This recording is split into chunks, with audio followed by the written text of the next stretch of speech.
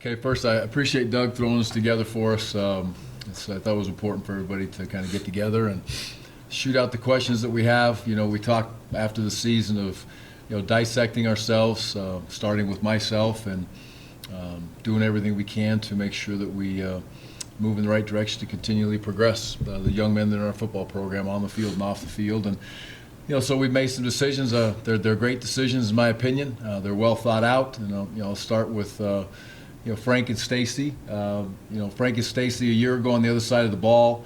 I think they'll be the first ones to tell you they're better in their positions they are today because of what they coached last year, being on the other side of the football, being involved in the offense in that setting, in that scenario. I think it's a great opportunity for us to be able to move on. And when you look at it as a whole of the defense. You look at it as a whole of the young men that are coming back within the defensive structure. And I think we're in a great spot. I know they're excited. I know that our kids are excited. And the other important part of that piece is the whole defensive staff is together on this. There's not a bunch of we don't walk into a room and the room is stressed and it's all tenseful. And it's all a tense situation. Excuse me. It's we're in a good place, and it's because I think we've talked it out from the very beginning and we've discussed it. And obviously there's hard decisions that have to be made, but everybody's all in, I would say, and I'll let them take it from there. And with Bodie, it was a long process. Anybody that knows me very well knows that I usually make decisions very quickly, and I don't take a lot of time to think about hires usually. This time I thought it was very important that I did everything I could to take my time, interview for myself as far as interviewing coaches, a large number of coaches, and looking at a bigger group of coaches as we went through that process. And it became very clear that this was the guy to me, what we were looking for. Yes, success everywhere he's been. He's ground himself up through the process of coaching. He's worked like crazy. He's every time he's gone, he's taken a step forward, a step forward, a step forward, and he's always progressed in a very positive way for him and his family and for his offense or his position that he was coaching, which is great to see. And as we go through time, he's a grinder, and we're looking for somebody that is a great quarterback teacher, can run a room, can be the general manager of the offense, and is tough. And that's what we've got. So I'm very excited about these three guys. I'm very excited about the staff as a whole and for our opportunities to be able to move forward. But these guys are all three great leaders, and they can manage the defensive side of the football. They can manage the offensive side of the football at a very, very high level, in my opinion, which in turn allows me to be the head coach that I need to be here at Utah State to help the kids reach their potential on and off the field. So last thing I'm going to say is I promise you this whole staff is all in on this, and we're ready for the battles that are ahead of us, and excited to get with these kids today in the indoor at 3 o'clock and have a little run. Can you give us an idea, Coach, about how many more changes or how many more people you have to hire at this particular point, or what you're looking at there? We have a couple of young coaches that we're going to bring in, GAs, graduate assistants, or admins that will get those young kids in here. They're not a couple of them aren't so young anymore, but we'll get those guys in here when we can announce them and get them rolling. One of them that we're hopeful to get in with us is DJ Talavea. Excited about having an opportunity to get DJ here. He's already been in grad school since he got done with his time in the NFL. He has been in graduate school at Utah State, so it should be a slam dunk to get him up here, and he'll work with the tight ends. Bodie doesn't know him yet, but he will, and we all know DJ's past, and he's a true Aggie as there could ever be, and had some great success in the NFL, and scheduled to have a baby on Friday, so we'll give him 2 days with the baby, and then we'll get him up here. I'm just kidding. We'll give him some time to be with the baby, and we'll roll from there. And then we have 1 or 2 other spots that we'll fill, and then we do have a 10th assistant spot that we're looking to get filled, and hopefully we can get that in the next couple of weeks, I would say. I think it's important. It's going to be an offensive hire, and I think it's important that Bodie's in the middle of that, as well as the rest of the offensive staff, to again make sure we make the best decision for the kids. Obviously, this is all about moving forward to the future, but if I could get you, Gary, could you reflect back now that it's been a little bit removed from the season, just how 2019 went? 2019, if I look back at it, and the first thing that I look at, I've been on the phone all morning with a bunch of people communicating about, Jordan and different people that cover different teams and what have you. And it makes me reflect on that exact same, because that's kind of what they're asking me about Jordan. And I would look at the whole team as a whole and say this was an extremely tough-minded team. 7 games went down to the last wire. They won 5 of them. Had 2 tough defeats, happened to be the first game of the year and the last game of the year that kind of went down to the wire, and we weren't able to finish in those. But we had some great opportunities where we had to make a run, to get ourselves bowl eligible. We had to make a run to be able to stay in contention to play our last league game. We're right in it to go compete for the championship and have a chance to be able to win our side and go play in the championship game. That didn't happen. So a very tough, mentally tough team. A team that was young and a team that has to become physically more dominant to stand up week in and week out against teams that play with great physicality. And on our side, we have 2 or 3 teams, if you just look back at last year, that play with extreme physicality. And we have to be able to match that. We have a non-conference schedule every single year that's going to force us to match up to extreme physicality depending on how the schedule, filters its way out. Next year, we're going to play at least one of those teams. We'll see where the schemes goes with the other teams, but they want to line up and smash you in the mouth and move on to the next game and be very physically dominant. So we have to prepare for that. It's a big push in the off season, and our kids are accepting that role very, very well right now. We put big expectations on them in the strength room, and the kids are handling that at this point. And the other thing I would say is just unbelievable relationships that you get to build every single year. And I've never had a year where I wouldn't say that, because that's the fact of the matter is that's who we are as coaches. We always talk about it. I'm going to hire guys that care about kids first, and I'm going to hire great coaches second. And so in turn, that allows us to be able to have some very special relationships. And there's a lot of faces that we don't get to see every day, but those are still faces that know that we're going to be there for them, and they can reach out to us and communicate. So lastly, I would say we're all blessed to be able to coach what was a great bunch of kids, and they battled their tails off for Aggie Nation. What was it about Bodie that stuck out amongst some of the other candidates that you interviewed for the position? Besides the fact, no, I'm not going to say it. So, no, just he's grown up, and I don't know how to really even emphasize this or say this, but all 3 of these guys, and really everybody on our staff, has grown up fighting their tails off to get to where they are today. The way he attacked the interview and understanding that he looks at the opportunity to be the general manager of the offense as a great opportunity. And that has to do with recruiting. It has to do with daily communication with not just the quarterbacks, but with the offensive linemen, the wide receivers, and building those relationships. It has to do with being able to look at me and say, hey, listen, Coach, man, this is what we got to get today out of practice. We got to be able to do this. Building our football school, which is a huge part of our off season this year, is every Tuesday and Thursday our kids are locked in for an hour of football school, and they're learning a number of things that we may take for granted sometimes as coaches that we think that the kids know. Well, that plan's in place, and it was in place, quite frankly, when he came and sat down for the interview. So just organizational structure, tough, consistent, has had success, great quarterback teacher, all those things. It wasn't just one glaring thing that jumped out. He's a great family man. He's got a baby in his life, and talks very proudful about his family and his wife, and so all those things. Bodie, what appealed to you about this job? Well, Coach Anderson and this program have a great tradition and a great history of success. And talking to people in the profession, there's not a better guy to work for. And I've had some connections on staff, guys that I knew prior, and I knew it was a great group of guys to come in and blend with. When you're outside looking in, a program like this is tough, and they work hard, and they earn every inch that they get, and that's the type of program that I want to be a part of. What would you say, Coach Reeder, is your style, or do you have an offensive style, or does Coach Anderson tell you exactly what you have to run? Or, obviously, I think if you get Better not. Yeah, That would be good. If you get hired for this kind of job, you have to come to him with a plan and say, this is what I want to do. Correct. Tell us Yeah. what your plan is. First of all, we want to take advantage of the guys that we have in the room. We want to play to the strengths of our offense. We're going to have multiple tempos and multiple personnels, and make sure that we're getting the balls to our playmakers in space and in the correct fashion in which they need to get it.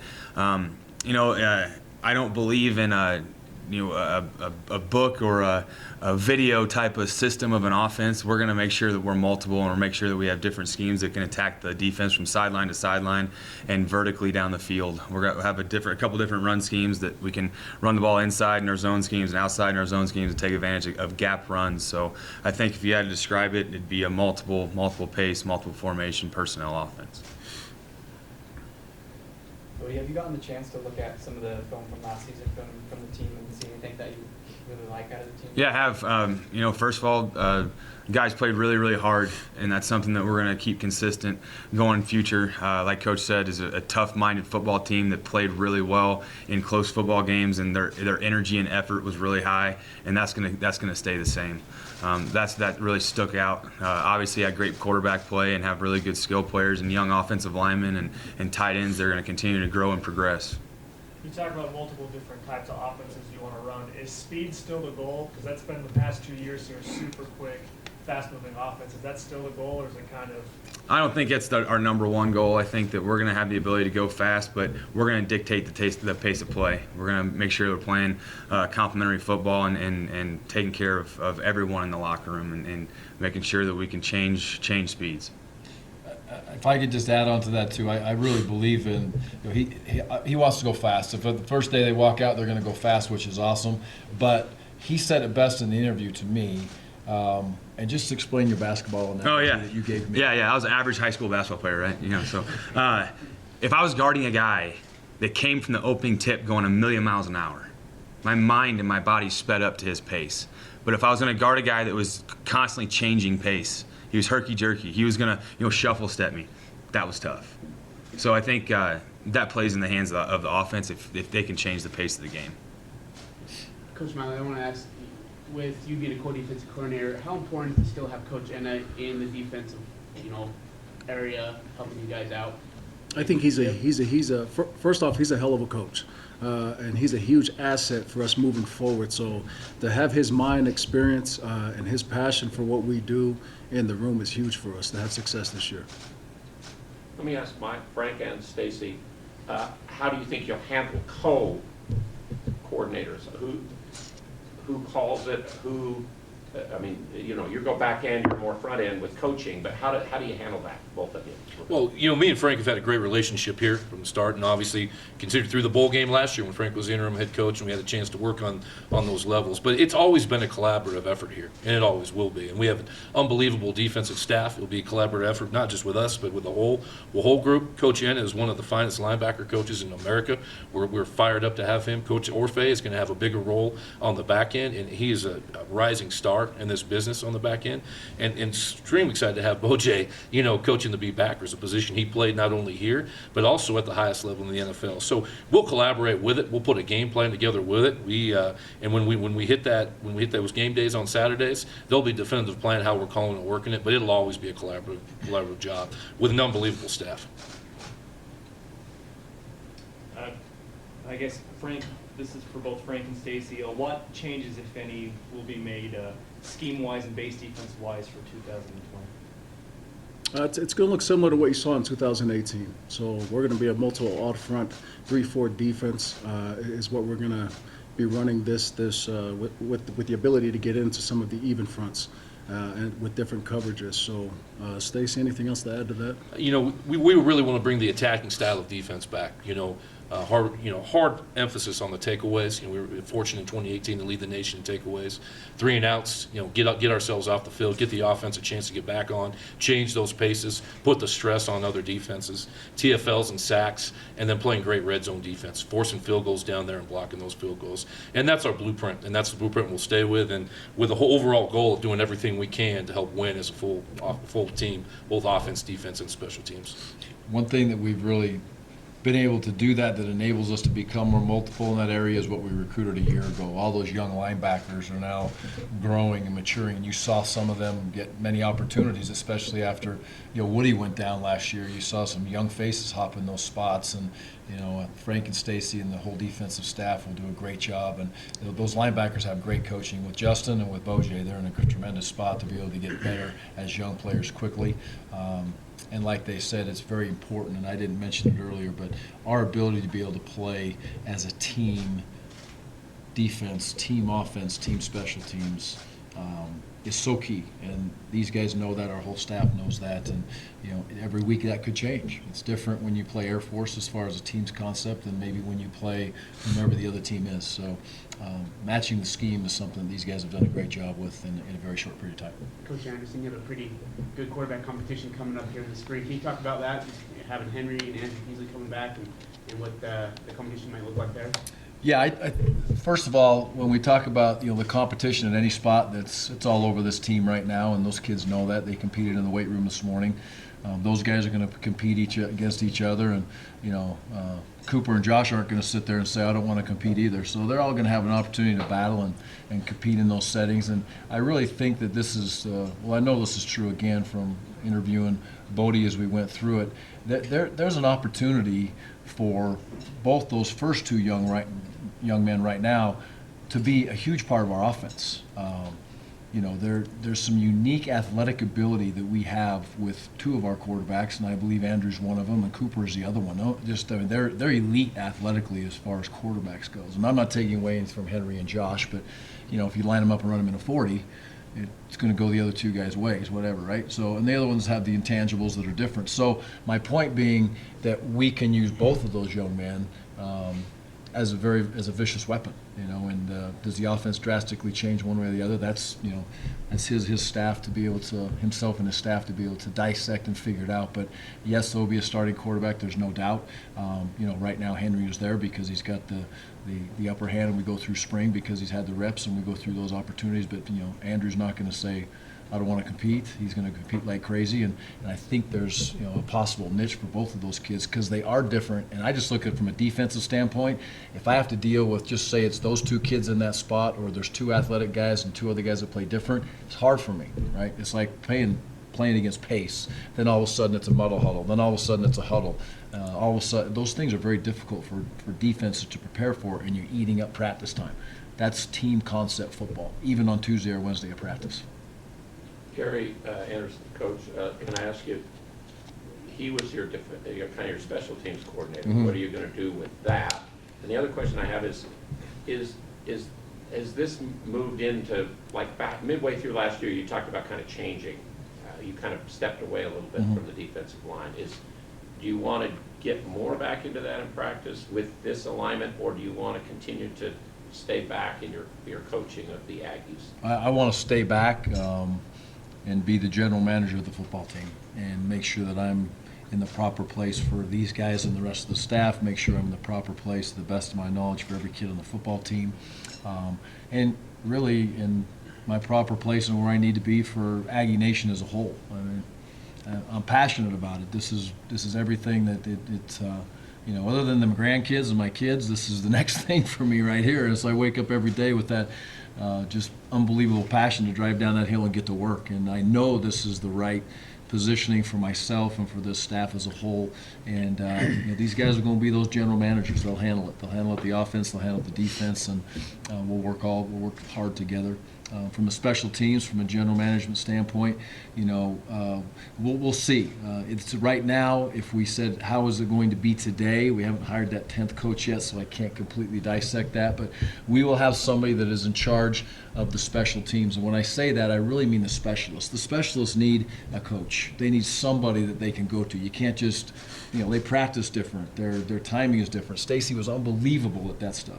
So Stacy will educate somebody because he knows a heck of a lot more about that than I do, and we'll get the right education to get the specialists into the right spot and let them become truly the best they can be at their positions. And then the special teams as a whole, right now, we'll break it up. And we've had a lot of great success over the years where I've been is doing it as a whole and also breaking it up. But I think there's some real positives to having a coach have a kickoff team, a coach have a kickoff return team, and so on and so forth, but yet still have somebody that's the general manager of the special teams, and that's where I'm leaning to right now.